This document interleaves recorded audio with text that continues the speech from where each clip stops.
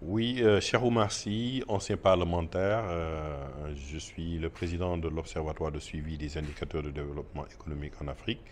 Nous travaillons beaucoup sur les questions de gouvernance, surtout aussi nous organisons annuellement une rencontre autour de la bonne gouvernance des ressources minérales, une table ronde qui réunit tous les acteurs avec le partenariat du ministère de l'énergie, du pétrole et des mines, et aussi avec des sociétés telles que BP et Woodside. Oui, tout à fait. Très bien. Ce que veut dire, monsieur Si, qu'une rencontre comme ça, une initiative comme ça, euh, est-ce que vous trouvez que c'est pertinent, justement au moment où, au Sénégal, on a commencé à exploiter le pétrole? Oui, c'est pertinent dans la mesure où aujourd'hui, l'un des défis majeurs dans le cadre de l'exploitation de nos ressources minérales de manière générale, et plus spécifiquement aujourd'hui qu'on a le pétrole et le gaz, dans le cadre du contenu local, c'est le financement des entreprises locales pour qu'elles puissent participer euh, au projet. C'est des sommes quand même assez conséquentes que les entreprises sénégalaises, des fois, ont du mal à elles-mêmes de pouvoir lever les financements. Ça, c'est une chose. Deuxièmement, qu'une banque comme Adichari, Wafa Bank s'intéresse aujourd'hui à comment accompagner l'écosystème parce qu'il y a l'exploitation elle-même, C'est ça. mais il y a aussi toute la dynamique économique qui se nourrit après de ce type de projet-là.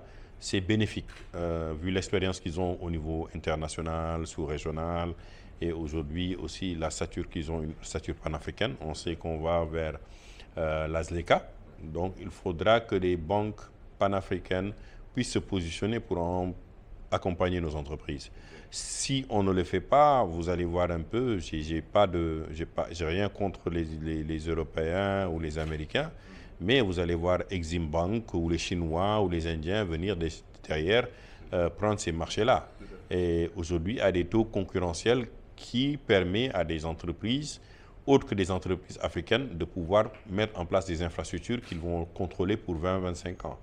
Alors, il faut qu'il y ait des majors comme les grandes banques africaines, mais qui doivent aussi être un peu le parapluie en termes de financement des entreprises locales. Et je Tout à pense fait. que des initiatives pareilles sont importantes Mhm. et même qui doivent avoir beaucoup plus de visibilité Mhm.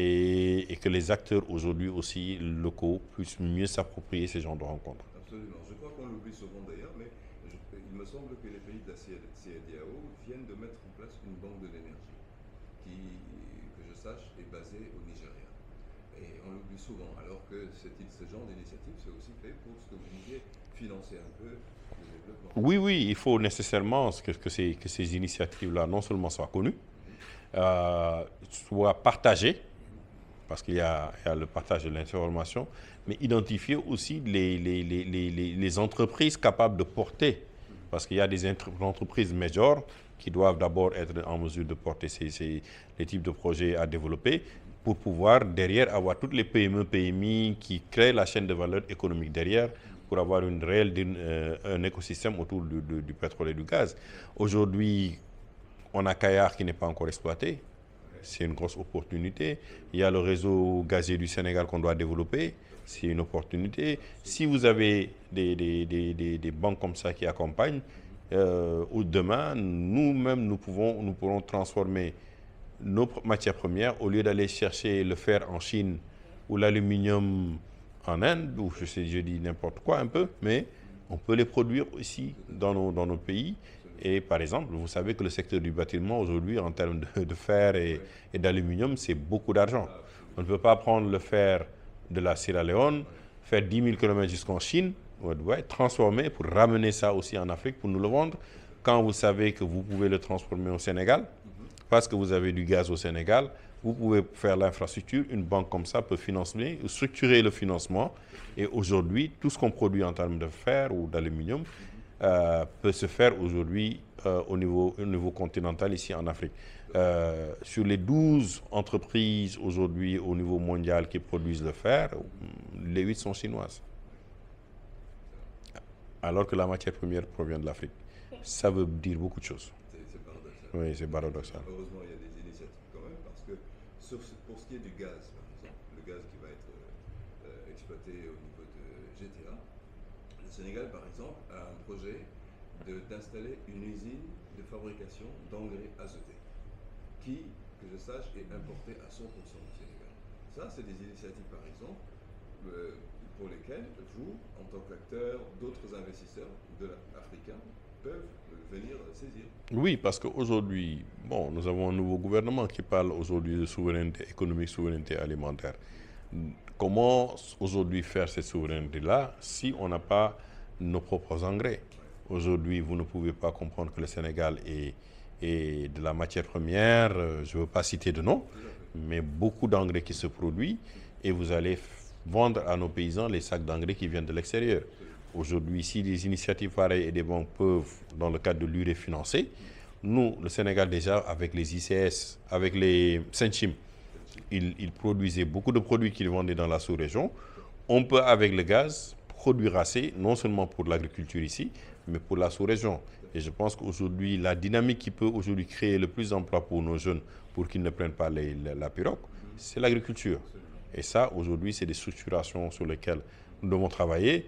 Et les politiques publiques ne concernent pas seulement des politiciens qui mettent en avant des projets qu'ils veulent réaliser, mais ça met surtout en avant le secteur privé qui doit structurer tout l'écosystème qui va avec le développement des pays. Tout à fait. Pour finir, on va parler un peu de la ZLECAf. À votre avis, comment est-ce qu'on pourrait faire pour surmonter les obstacles géographiques, linguistiques, etc. Parce que ça, c'est quand même une réalité, n'est-ce pas? Oui, ce sont des défis, certes.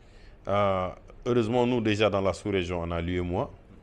On va voir qui est assez dynamique en termes qui a assez d'expérience.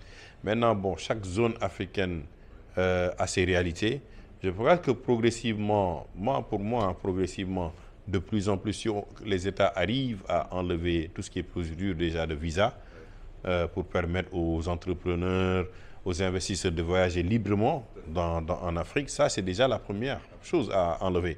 C'est-à-dire que la libre circulation des biens et des personnes, c'est une chose, mais un investisseur ne peut pas aller chercher 10 000 visas pour aller alors qu'il est plus facile demain peut-être d'aller en France que d'aller au Congo. C'est paradoxal, ce sont des actions. Maintenant, il faut aussi cartographier toute la dynamique des ressources qui sont en Afrique pour pouvoir organiser maintenant la transformation de ces produits dans l'espace de l'ECA. Lever des fonds doit être facile, que vous soyez aujourd'hui au niveau international ou au niveau local.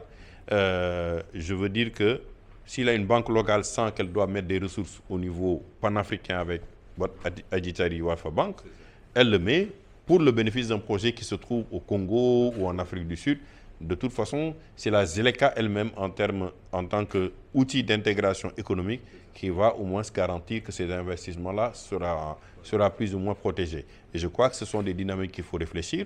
Il faut y associer aussi les législateurs pour qu'ils comprennent mieux les enjeux. C'est eux qui votent les lois, c'est eux qui sont en devant ça. Donc la législation au niveau de la ZLECA, elle doit être vraiment huilée. Et à ce niveau-là, si les parlementaires aussi jouent le jeu de pouvoir accompagner les États dans la réflexion de la mise en œuvre des politiques publiques, là, l'investisseur est protégé.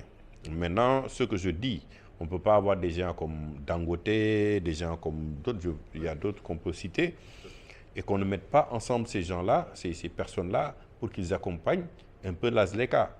Il nous faut des champions africains et qui puissent maintenant protéger l'écosystème. Sinon, c'est des grandes multinationales comme Nestlé et autres qui vont venir prendre le marché parce qu'ils vont créer une structure locale, mais qui aura des incidences panafricaines.